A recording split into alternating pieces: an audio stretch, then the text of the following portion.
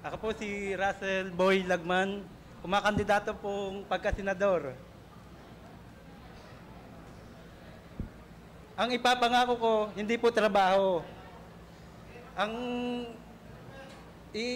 sa tulong ng Diyos, yung trabaho na yon kasi, ang gagawin ko dyan, parang preparatory lang.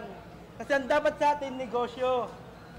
Kasi ang trabaho, pag matanda ka na, retired ka na, wala na.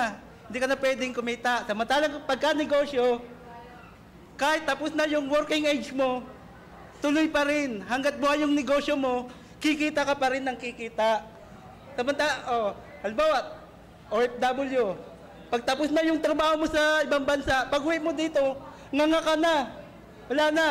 Samantalang pagka negosyo, kahit tapos na yung kontrata mo sa ibang bansa, tuloy. Tuloy ang pagunlad. Tuloy ang pagsagana ng buhay. Tuloy ang pagunlad ng ating bayang Pilipinas. Yun lang po.